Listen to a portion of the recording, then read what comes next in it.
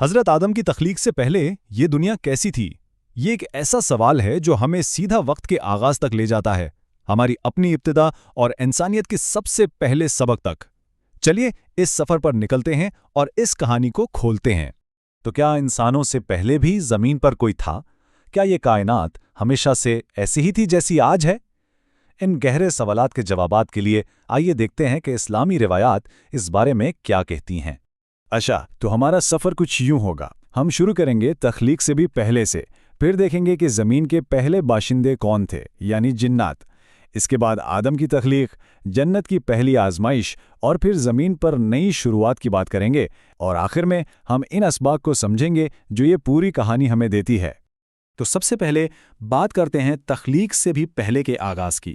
ذرا تصور کیجئے ایک ایسی حالت کا جہاں نہ وقت تھا نہ جگہ، کچھ بھی نہیں تھا۔ کہانی اثر میں یہاں سے شروع ہوتی ہے۔ دیکھیے، اسلامی روایات بتاتی ہیں کہ آغاز میں صرف اور صرف اللہ کی ذات تھی، کچھ بھی نہیں، نہ یہ ستارے نہ یہ زمین، کچھ بھی نہیں، سوائے اس کے عرش کے جو پانی پر قائم تھا۔ یہ کائنات کی تخلیق سے بھی بہت پہلے کا تصور ہے۔ اور پھر تخلیق کا ایک پورا بلو پرنٹ سامنے آتا ہے۔ ایک صحیح حدیث میں آتا ہے کہ اللہ کی سب سے پہلی تخلیق قلم تھی۔ اسے حکم ملا، لکھو، اور قلم نے قیامت تک ہونے والی ہر ایک چیز کی تقدیر لکھ دی۔ اور اس کے 50,000 سال بعد آسمانوں اور زمین کی تخلیق ہوئی۔ یہ اس بات کی طرف اشارہ ہے کہ ہر چیز ایک عظیم منصوبے کا حصہ ہے۔ اب آتے ہیں زمین کے پہلے باشندوں پر، جنات۔ جی، جب زمین بنی تو اسے آباد کرنے والی پہلی مخلوق انسان نہیں تھے۔ اسلامی روایات کے مطابق وہ ہم سے پہلے یہاں موجود تھے۔ تو آخر جنات اور انسانوں میں بنیادی فرق ہے کیا؟ قرآن اس فرق کو بالکل صاف صاف بتاتا ہے۔ جنات آگ کی لب سے پیدا ہوئے اور زمین پر پہلے آباد ہوئے۔ اس کے برعکس انسان مٹی سے بنائے گئے اور انہیں زمین پر اللہ کا جانشین یعنی خلیفہ مقرر کیا گیا۔ لیکن یہاں ایک بہت اہم بات سمجھنے کی ہے۔ ہمیں فرق کرنا ہوگا کہ کیا چیز قرآن اور صحیح حدیث سے ثابت ہے اور کیا صرف روایتوں میں ملتی ہے۔ قرآن اور صحیح احادیث یہ تو بتاتی ہیں کہ جنات انسانوں سے پہلے آگ سے بنے اور ابلیس انہی میں سے تھا، لیکن جنات کی زمین پر فساد پھیلانے کی کہانیاں روایتوں کا حصہ ہیں جن کی کوئی مستند تصدیق نہیں ملتی۔ یہ فرق جاننا اس پوری کہانی کو سمجھنے کے لیے بہت ضروری ہے۔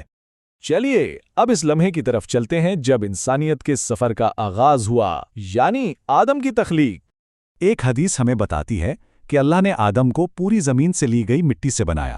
یہی وجہ ہے کہ ان کی اولاد یعنی ہم سب مختلف رنگوں اور مزاجوں کے ہیں۔ کوئی گورا ہے، کوئی کالا، کوئی نرم مزاج تو کوئی سخت۔ یہ ہماری مشترکہ ابتدا کا ایک بہت ہی خوبصورت استعارہ ہے۔ اور یہ تفصیل تو واقعی حیران کر دینے والی ہے۔ صحیح بخاری کی حدیث کے مطابق حضرت آدم کا قد 60 ہاتھ تھا۔ ذرا تصور تو کیجئے، یہ ہمیں پہلے انسان کی ایک عظیم اور طاقتور شکل کا احساس دلاتا ہے جو اللہ کی قدرت کی ایک نشانی ہے۔ آدم کے تخلیق کے فوراً بعد وہ واقعہ پیش آیا جس نے کائنات میں خیر اور شر کی بنیاد رکھی۔ اللہ نے فرشتوں کو حکم دیا کہ وہ آدم کو تعظیماً سجدہ کریں۔ سب نے حکم مانا سوائے ایک کے۔ یہیں سے نیکی اور بدی کی وہ ازلی کشمکش شروع ہوئی جو آج تک جاری ہے۔ ابلیس نے سجدہ کیوں نہیں کیا؟ قرآن اس کا جواب دیتا ہے اس کے اپنے ہی الفاظ میں اس سے بہتر ہوں۔ تو نے مجھے آگ سے پیدا کیا اور اسے مٹی سے۔ کائنات کی پہلی نافرمانی کی جڑ تکبر اور غرور تھا۔ اب کہانی کا رخ جنت کی طرف مڑتا ہے، جہاں زندگی تھی اور انسانیت کی پہلی آزمائش بھی۔ جنت کے وسطوں میں آدم تنہا تھے۔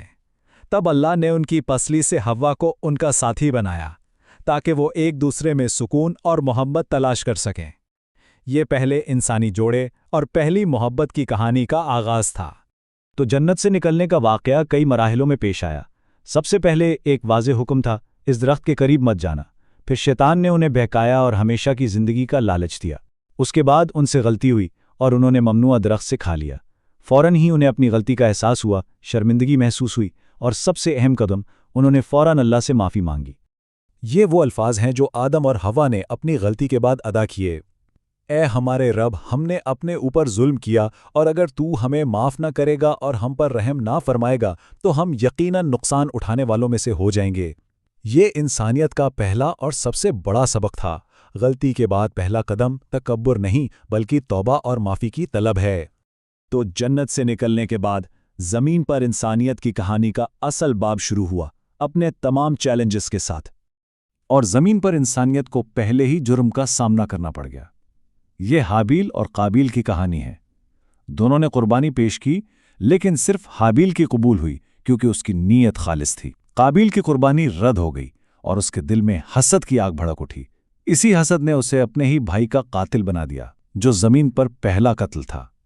اچھا، زمین پر ابتدائی زندگی کے بارے میں کئی روایات بھی مشہور ہیں، جیسے آدم کا سری لنکا میں ایک پہاڑ پر اترنا، ہوا کا جدہ کے قریب اترنا، یا جبرائیل کا آدم کو کھیتی باڑی سکھانا۔ اور یہاں پھر وہی اہم نقطہ سامنے آتا ہے جو ہم نے پہلے بھی ڈسکس کیا تھا۔